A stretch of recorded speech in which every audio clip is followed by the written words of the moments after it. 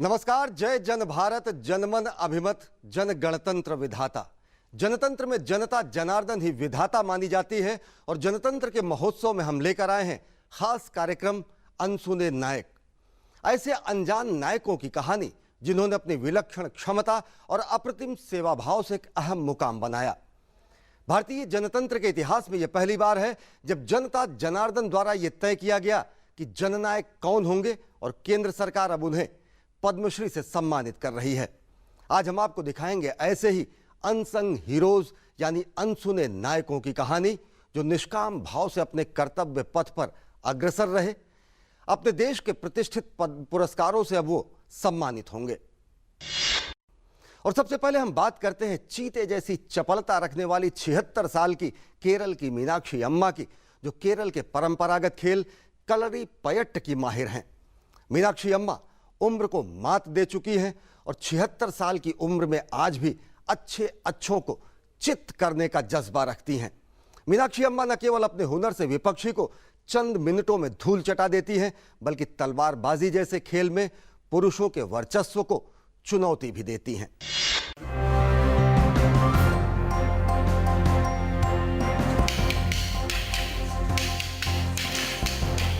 ये खनक, ये चीते जैसी चपलता, ये निडर आंखें, उम्र को मात देती ये है मीनाक्षी अम्मा।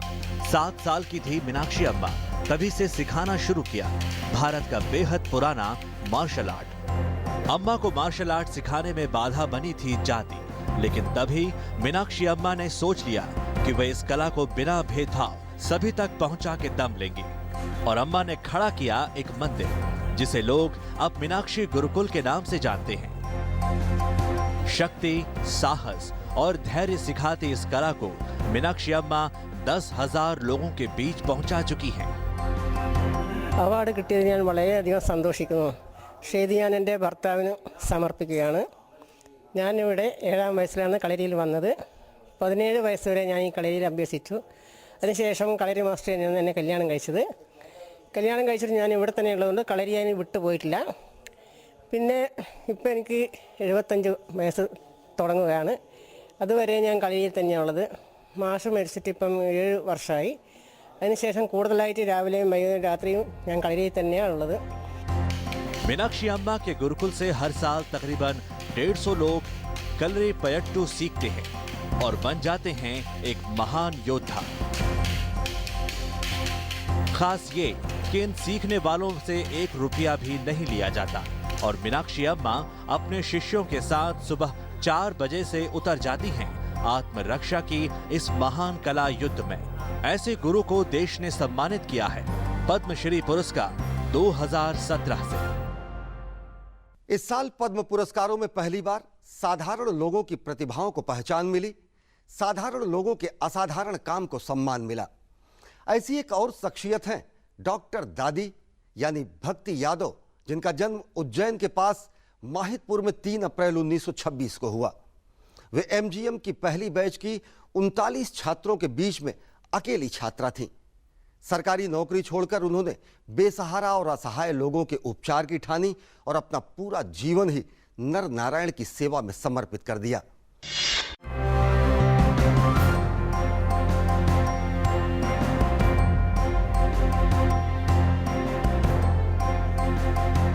डॉक्टर दादी, लोग इन्हें इसी नाम से जानते हैं।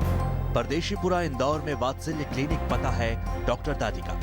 यह है इंदौर की पहली एमबीबीएस महिला डॉक्टर भक्ति यादव।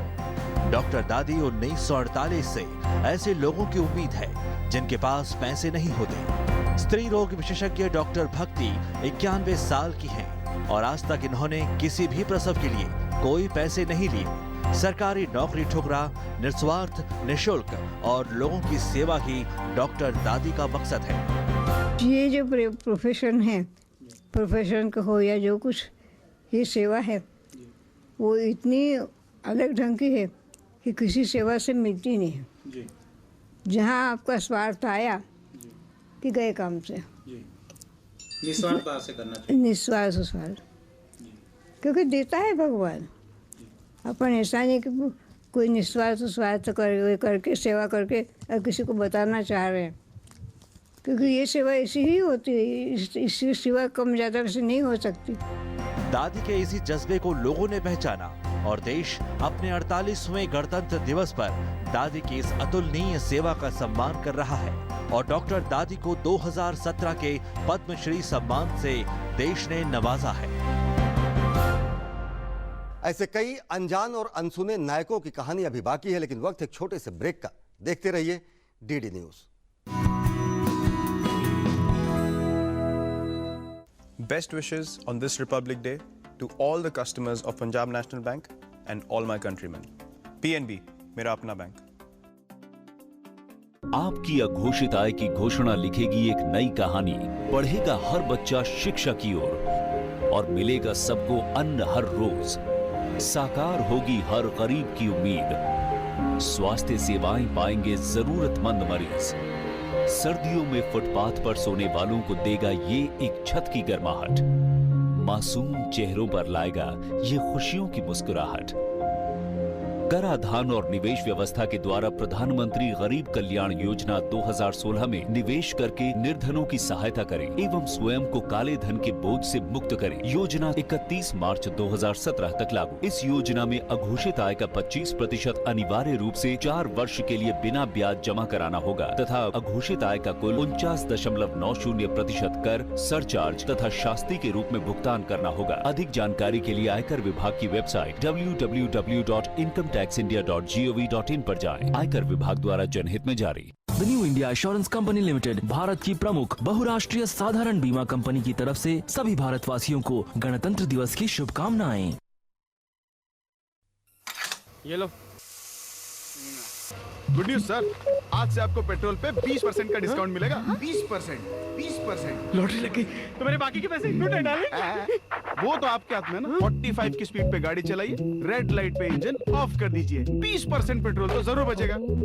बात तो वही है ना। PCRA का एंड्रॉइड ऐप डाउनलोड करें और ईंधन बचाने के उपाय जानें। पेट्रोलियम संरक्षण अनुसंधान संघ, पेट्रोलियम एवं प्राकृतिक गैस मंत्रालय, भारत सरकार द्वारा जनहित में जारी।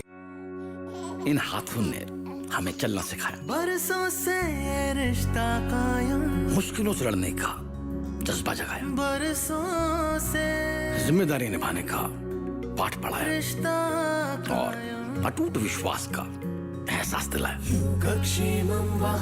इन्हीं हाथों ने वक्त के संग रिश्तों को संजोया, बरसों का तजुर्बा अपने पन्ने पे रोया,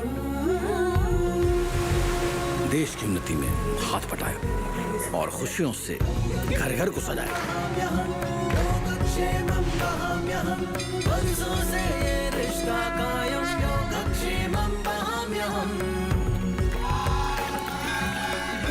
ये सुनहरा सफर है 60 सालों का, सुरक्षा और समृद्धि भरे हाथ सदा आपके साथ।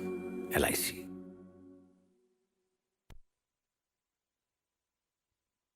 A से ऑटोमोबाइल्स हो या S से सुपर बाइक्स, सारे देश का इंजन हम ही तो चलाते हैं।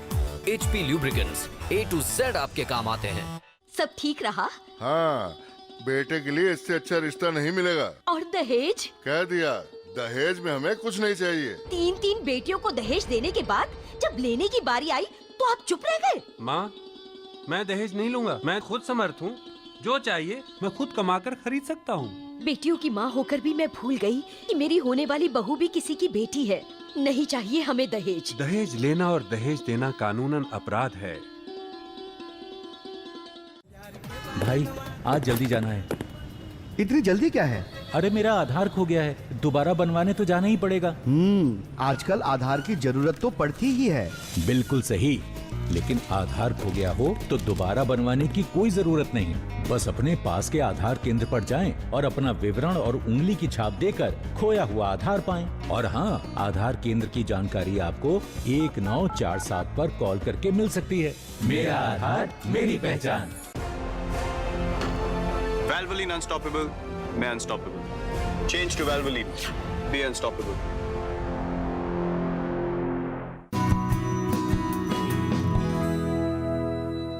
ब्रेक के बाद आप सभी का स्वागत है। किसी अनहोनी को होनी में बदल देना, अभाव को प्रभाव में बदल देना, यही नायकों का काम होता है। ऐसे ही नायक हैं करीमुल हक, जो अपने चलते फिरते एम्बुलेंस के लिए पूरे बंगाल में मशहूर हैं। एक अदद वाहन के अभाव में एक वक्त वो अपनी मां को ना बचा सके, बीमार मां को अस्पताल ना पहुंचा सके, लेकिन अब करीमुल हक 24 घंटे लाचार रोगियों को अस्पताल पहुंचाने में लगे रहते हैं।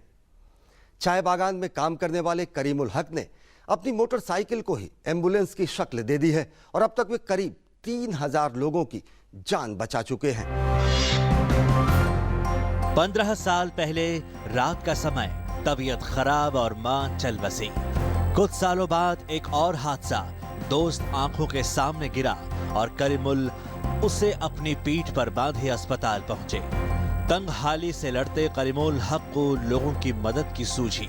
फिर क्या था, करीमुल हक ने ठान लिया कि किसी की मौत अब अस्पताल के इंतजार में नहीं होगी। खुद बाइक ली और उसे ही तंग बना डाला एम्बुलेंस।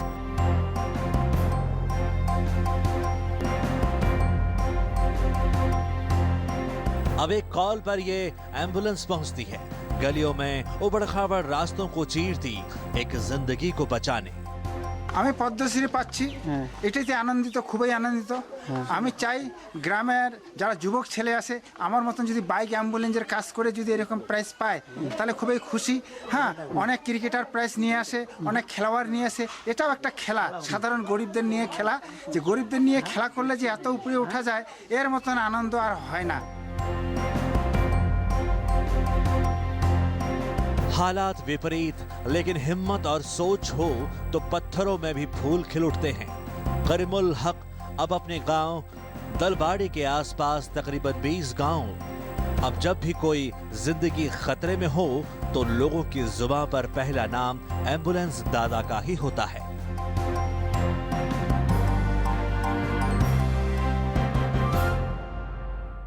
पद्मश्री के लिए घोषित गुमनाम नायकों में बुनकरों के लिए इलेक्ट्रॉनिक मशीन इजाद करने वाले तेलंगाना के चिंता किंदी मल्लेशम, देश के राष्ट्रीय राजमार्गों पर त्वरित चिकित्सा सेवा मुहैया कराने वाले डॉक्टर सुब्रतो दास, मानव तस्करों के शिकंजे से निकालकर उनकी मां की तरह लालन पालन करने वाली नेपाली मूल की अनुराधा कोइराला और कर्नाटक के हलक्की आदिवासी समुदाय से आने वाली लोक गायिका सुकरी बोम्मा गौड़ा भी शामिल हैं।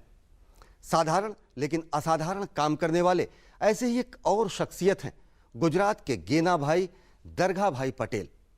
गुजरात बानसकांठा के रहने वाले इस किसान को कृषि क्षेत्र में अप्रतिम योगदान के लिए पद्मश्री के लिए चुना गया है। गुजरात का बनासकांठा, यहां रहते हैं एक असाधारण व्यक्तित्व के मालिक गेना भाई दरगाह भाई पटेल। लोगों के बीच अनारदाना का नाम पा चुके हैं। गेना भाई देश के बड़े अनार उत्पादकों में से एक है। साल 2005 में गेना भाई ने अनार की खेती शुरू की, नई सोच, नई तकनीक के साथ। शुरुआत 5 हेक्टेयर से की और आज सफर 12 हेक्टेयर तक पहुंच चुका है। सूखे की मार झेलते किसानों के लिए गेना भाई का ड्रिप इरिगेशन और जैविक खाद का प्रयोग सफलता में सीढ़ी लेकर आया। मैं अपज होने के कारण बचपन से ही एक विचार करता था कि मैं क्या खेती वो किसानी कर सकूंगा। इसके बारे में मेरे को एक विचार आया कि मैं ऐसा कुछ करूं कि एक बार लगा देने के बाद सालों तक इसकी आय आती रहे। तो मैं ये सोच के हमारे यहाँ बागबानी के अधिकारी, हमारे यूनिवर्सिटी के जो अधिकारी थे उनको सभी को मिला और उनके मिलने के बाद मेरे को उन्होंने भी बताया कि आप बागबानी में अनार लगाइए। गेना भाई दूसरे किसानों के लिए प्रेरणा बने। आज बनासकांठा में अनार की खेती 60-100 हेक्टेयर तक पहुंच चुकी है। यूं तो गेना भाई चल नहीं सकते, लेकिन उनकी सोच, उनकी लगन ने न जाने कितने ही किसानों को पंख दिए हैं और एक नई सफलता, नई मंजिल की राहें खोल दी हैं।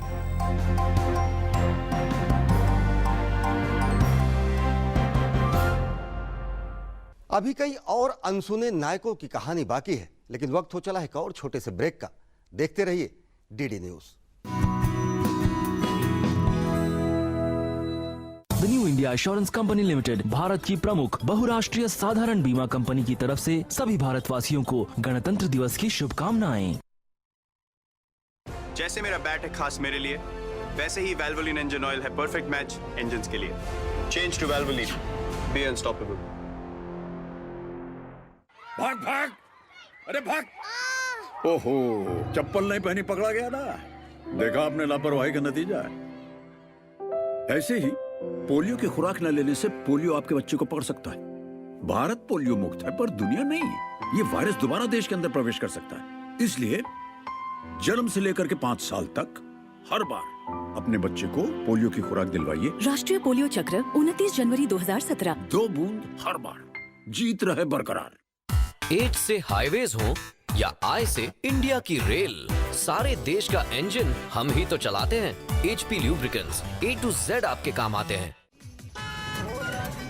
यार बहुत परेशान हूँ, नई जगह है, समझ नहीं आ रहा आधार कहाँ से बनवाऊँ। अरे पास में ही है सर जी, ऐसा कीजिए आप। अरे भाई इधर उधर मत घुमाओ, आधार बनवाना बहुत ही आसान है। इसके लिए आप आधार के टोल फ्री नंबर 1947 पर कॉल करके जानकारी पा सकते हैं, या आप इंटरनेट का इस्तेमाल करते हैं तो आधार की वेबसाइट uidai.gov.in पर जाकर नजदीकी आधार केंद्र का पता जान सकते हैं। मेरा आधार मेरी पहचान। J से जहाज हो या M से माइनिंग, सारे देश का इंजन हम ही तो चलाते हैं। HP lubricants A to Z आपके काम आते हैं। ब्रेक के बाद आप सभी का स्वागत है और अनसुने नायकों में अब बात करते हैं पंजाब के जाने माने समाज सेवी संत बलबीर सिंह सीचेवाल की।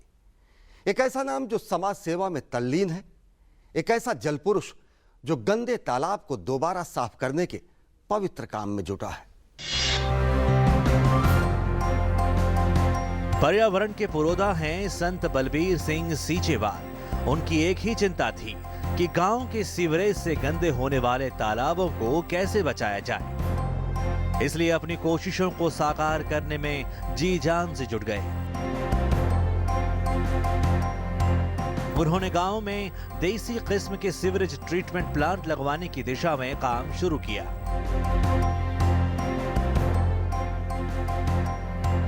प्लांट तैयार करने में न लंबा चौड़ा खर्च आया और न ही उसे चलाने के लिए वित्तीय दिक्कत आई। हवा, पानी और धरती और भोजन, ये तीनों हमारी आवश्यकता है।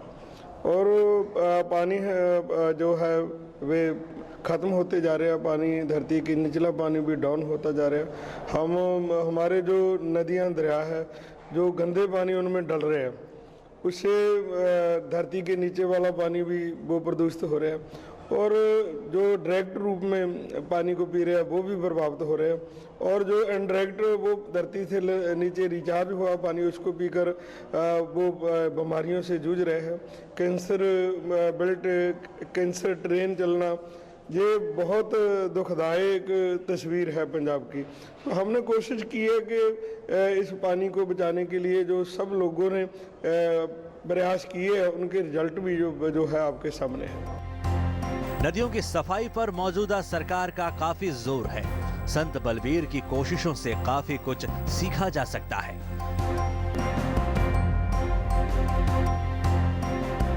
बलबीर को पद्म पुरस्कार से सम्मानित किए जाने से उनके जल, थल और पर्यावरण के संरक्षण के लिए अब तक की गई उनकी कोशिशों को नई पहचान मिली है।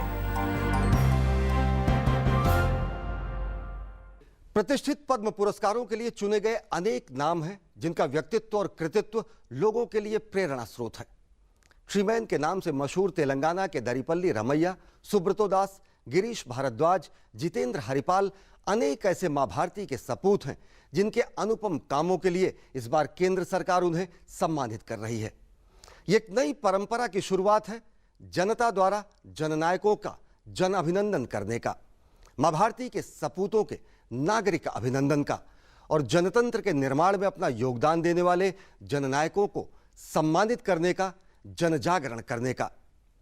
भारतीय जनतंत्र की खूबसूरती का अंदाजा इन शब्दों से लग सकता है कि हरे खेत लहरे नद निर्झर, जीवन शोभा उर्वर, विश्व कर्मरत कोटि बाहुकर, अगणित पग ध्रुव पथ पर।